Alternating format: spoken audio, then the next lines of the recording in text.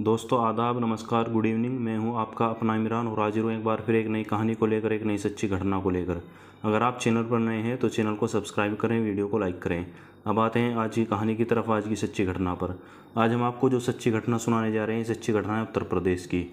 उत्तर प्रदेश का एक ज़िला पड़ता है गोरखपुर, और इसी गोरखपुर ज़िले के अंतर्गत एक इलाका आता है शाहपुर। और इसी शाहपुर क्षेत्र के अंतर्गत एक बिल्डिंग के अंदर उसके सेकंड फ्लोर पर एक परिवार रहता है, जिसमें डॉक्टर ओम प्रकाश यादव, उनकी पत्नी अर्चना यादव और उनका एक 4 साल का बेटा शिवा। और इसी बिल्डिंग के फर्स्ट फ्लोर पर डॉक्टर ओम प्रकाश के 2 भाई और उनकी पत्नी और डॉक्टर ओम प्रकाश की मां रहती है। जबकि डॉक्टर ओम प्रकाश अपनी फैमिली के साथ इसी बिल्डिंग के सेकंड फ्लोर पर रहते हैं। दरअसल बात है 21 जनवरी साल 2016 की। दरअसल सेकंड फ्लोर पर कुछ टूट फूट का काम चल रहा होता है, और जैसे 21 जनवरी की सुबह सुबह करीब 8 बजे मजदूर एक सेकंड फ्लोर पर पहुंचते हैं, तो वहां पहुंचने के बाद डॉक्टर ओम प्रकाश को आवाज़ लगाते हैं। और कई बार आवाज़ लगाने के बाद भी ना तो डॉक्टर ओम प्रकाश गेट पर आता है, न ही उनकी पत्नी अर्चना यादव गेट पर आती है। अब कुछ देर इंतजार करने के बाद जैसे ही मजदूर उसके रूम के अंदर जाते हैं और उसके कमरे के अंदर पहुंचते हैं, तो वहाँ का नज़ारा देखकर चीखने और चिल्लाने लगते हैं, और चीख पुकारते हुए उसे सेकंड फ्लोर से सीधे फर्स्ट फ्लोर की ओर आते हैं। अब जैसे ही फर्स्ट फ्लोर पर आते हैं, तो फर्स्ट फ्लोर पर रह रहे डॉक्टर ओम प्रकाश के भाई उनकी चीख पुकार सुनने के बाद तुरंत बाहर आते हैं, और जब उनसे चीखने और पुकारने की वजह पूछते हैं, तो वे मजदूर डॉक्टर ओम प्रकाश के भाइयों को लेकर उसके सेकंड फ्लोर पर पहुंचते हैं। अब जैसे ही डॉक्टर ओम प्रकाश के भाई सेकंड फ्लोर पर पहुंचते हैं, तो वहां जाकर जो नज़ारा देखते हैं, उसे देखने के बाद उसके परिवार के लोग चीखने लगते हैं, चिल्लाने लगते हैं। घर के अंदर एक तरीके से मातम सा छा जाता है।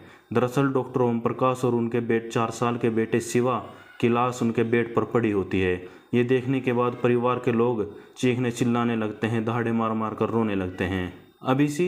अब इसी कमरे के बराबर में एक दूसरे कमरे से चीखने और चिल्लाने की आवाज़ें आ रही होती हैं। दरअसल इस कमरे का गेट बाहर से बंद होता है, और उसके अंदर डॉक्टर ओम प्रकाश की पत्नी अर्चना यादव बंद होती है। वह चीख रही होती है, चिल्ला रही होती है और पुकार रही होती है कि कोई मुझे यहाँ से बाहर निकालो। अब जैसे ही उसका गेट खोला जाता है और अर्चना यादव बाहर आती है, तो अपने पति और अपने बेटे की लाश को देखने के बाद दहाड़े मार मार कर रोने लगती है और बेहोश होकर वहीं फर्श पर गिर जाती है। अब इसी बीच इस घटना की जानकारी तुरंत पुलिस को दी जाती है। अब जैसे ही पुलिस को इस घटना की जानकारी मिलती है, तो पुलिस की एक टीम तुरंत आनन फानन में मौके पर पहुंचती है।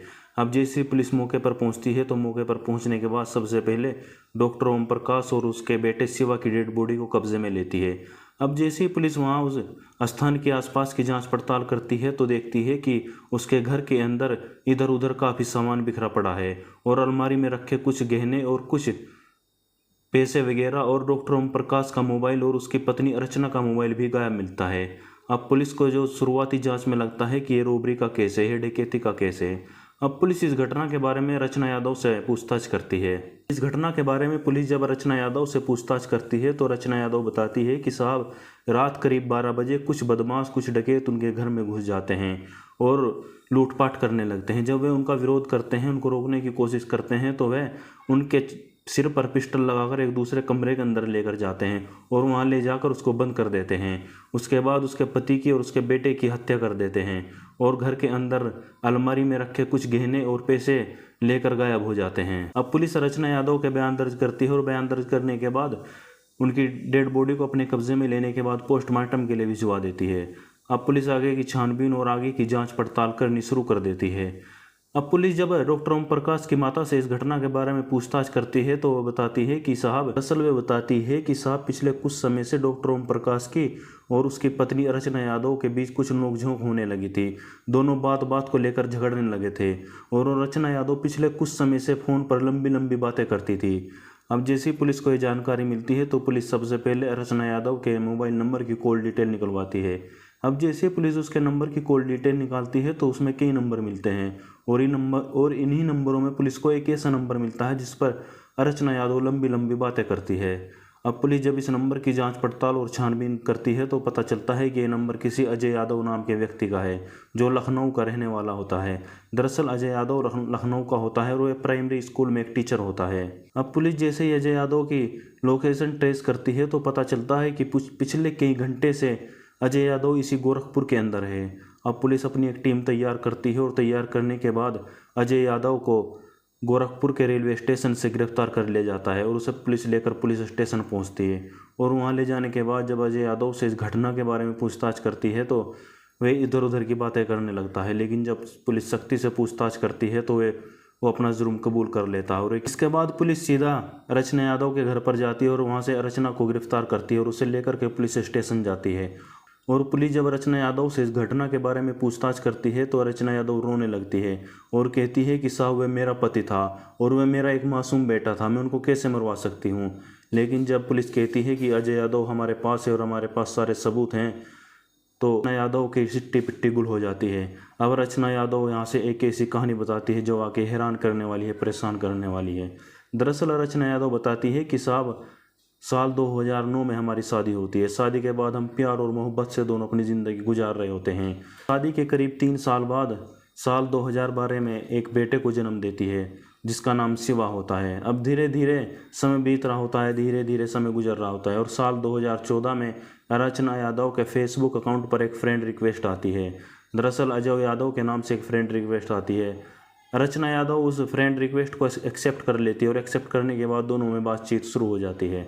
अब जब दोनों एक दूसरे के दोस्त बन जाते हैं और बातचीत करने लगते हैं तो दोनों एक दूसरे का नंबर शेयर करते हैं। अब नंबर शेयर करने के बाद दोनों में लंबी लंबी बातें होने लगती हैं। धीरे धीरे समय गुजरता जाता है और समय के साथ साथ दोनों की जो दोस्ती होती है वह प्यार में बदल जाती है। दोनों एक दूसरे से प्यार करने लगते हैं। अब इसी बीच रचना यादव लखनऊ जाती है। दरअसल रचना यादव का जो मायके होता है वह लखनऊ में होता है। अब रचना यादव जब लखनऊ जाती है तो लखनऊ जाने के बाद वह अजय को मिलने के लिए बुलाती है। अजय भी उससे मिलने के लिए उसके पास जाता है और दोनों कुछ समय साथ बिताते हैं। अब जब दोनों कुछ समय साथ बिताते हैं तो दोनों में नाजायज संबंध, नाजायज रिश्ता कायम हो जाता है। पर रचना यादव को जब जब मौका मिलता है तो वह लखनऊ जाती है और अजय यादव से मुलाकात करती है और अपने पति की गैर मौजूदगी में अजय यादव को अपने घर पर बुलाने लगती है और उससे मुलाकातें करने लगती हैं। लेकिन इसी बीच जब इस चीज़ की भनक उसके पति डॉक्टर ओम प्रकाश को चलती है तो ओम प्रकाश इस बारे में अपनी पत्नी से बातचीत करता है, उसको काफ़ी समझाता है और इसी को लेकर दोनों में नोकझोंक होने लगती है, लड़ाई झगड़ा होने लगता है। लेकिन इसी बीच रचना यादव अजय यादव से कहती है कि दरअसल अब मैं आगे की ज़िंदगी तुम्हारे साथ बिताना चाहती हूँ, तुम्हारे साथ गुजारना चाहती हूँ और इसके लिए तुम्हें मेरा साथ देना होगा और ओम प्रकाश को बीच रास्ते से हटाना होगा। फिर दोनों एक प्लानिंग करते हैं और प्लानिंग के तहत तारीख आ जाती है जनवरी साल 2016। दरअसल 20 जनवरी की शाम डॉक्टर ओम प्रकाश के बराबर में उसके पड़ोस में एक शादी का फंक्शन होता है और उस प्रोग्राम में शामिल होने के लिए डॉक्टर ओम प्रकाश अपनी पत्नी से कहता है कि जल्दी से तैयार हो जाओ और शादी के प्रोग्राम में शामिल होने के लिए जाना है। अब रचना यादव अपने पति की बात सुनती है और कहती है कि दरअसल आज मेरी तबीयत खराब है, तुम शिवा को लेकर के उस प्रोग्राम में शामिल होने के लिए चले जाओ। अब डॉक्टर ओम प्रकाश अपने बेटा शिवा को अपने साथ लेता है और उस शादी के प्रोग्राम में शामिल होने के लिए चला जाता है। अब रचना यादव प्लान के तहत पहले ही अजय यादव को लखनऊ बुला चुकी होती है और जैसे ही डॉक्टर ओम प्रकाश उस प्रोग्राम में शामिल होने के लिए अपने घर से निकलता है तो अजय यादव उसके घर पर पहुंच जाता है। अब अजय यादव और रचना दोनों कुछ समय साथ बिताते हैं, दोनों आपस में नाजायज संबंध कायम करते हैं। अब जैसे ही रात के करीब 10 बजते हैं तो डॉक्टर ओम प्रकाश अपने बेटे शिवा को लेकर वापस घर पहुंचता है। अब जैसे वह घर आता है तो रचना यादव बराबर के कमरे में अपने प्रेमी अजय यादव को छुपा देती है। अब जैसे ही डॉक्टर ओम प्रकाश अपने बेटे को लेकर अपने रूम के अंदर सोने के लिए चला जाता है। अब जैसे ही वह गहरी नींद में सोता है तो रात के करीब 12 बजे करीब रचना यादव अपने कमरे से बाहर निकलती है और बाहर निकलने के बाद देखती है कि डॉक्टर ओम प्रकाश सो रहे होते हैं। अब रचना यादव अपने प्रेमी को बाहर निकालती है और बाहर निकालने के बाद उसके प्रेमी के हाथ में एक हथौड़ा होता है। अब अजय यादव और रचना दोनों डॉक्टर ओम प्रकाश के कमरे में जाते हैं और उस हथौड़े से दोनों मिलकर के अजय डॉक्टर ओम प्रकाश के सिर पर ताबड़तोड़ कई वार करते हैं जिससे डॉक्टर ओम प्रकाश की मौके पर ही मौत हो जाती है। अब जैसे ही वे दोनों उस पर हमला कर रहे होते हैं तो इसी बीच डॉक्टर ओम प्रकाश का बेटा शिवा जाग जाता है और वह इस सीन को देख लेता है। अब रचना यादव जब अपने बेटे को देखती है तो कहती है कि शिवा ने ये सब कुछ देख लिया है और ये सब कुछ देख लिया है और हो सकता है कि शिवा इस घटना के बारे में अपने बयान दे दे। अब रचना यादव अपने प्रेमी अजय से कहती है कि शिवा को भी मार डालो। अब अजय यादव उस बच्चे की तरफ देखता है और कहता है कि दरअसल मैं ये काम नहीं कर सकता, मैं किसी बच्चे की जान नहीं ले सकता। कहती है कि अगर तुम इसको नहीं मार सकते तो मैं खुद अपने बेटे को अपने हाथों से मारूंगी। यानी कि रचना यादव अपने हाथों से अपने लाल को, अपने कोख से जन्मे अपने बेटे को 4 साल के शिवा को उसका गला दबाकर उसकी हत्या कर देती है। दोस्तों, प्यार में अक्सर लोगों को जान देते हुए और पागल होते हुए देखा है, लेकिन कोई इतना पागल हो जाए कि अपने ही लाल की अपने ही कोख से जन्मे बेटे की हत्या कर दे, ऐसा बहुत कम देखने को मिलता है। दरअसल ये प्यार नहीं है, एक हवस हो सकती है, जिस्मानी प्यास को बुझाने की हवस।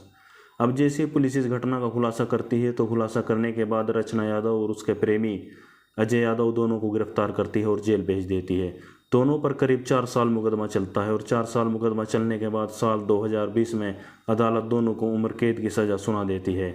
रचना यादव और उसका प्रेमी अजय यादव आज भी जेल में अपनी उम्र कैद की सज़ा काट रहे हैं। दोस्तों, इस कहानी को सुनाने का उद्देश्य किसी की भावनाओं को आहत करना नहीं, बल्कि आपको जागरूक करना है, ताकि आप भविष्य में होने वाली किसी भी अनहोनी को पहचान सकें और उससे बच सकें। फिर मिलते हैं एक नई सच्ची घटना के साथ, एक नए क्राइम शो के साथ।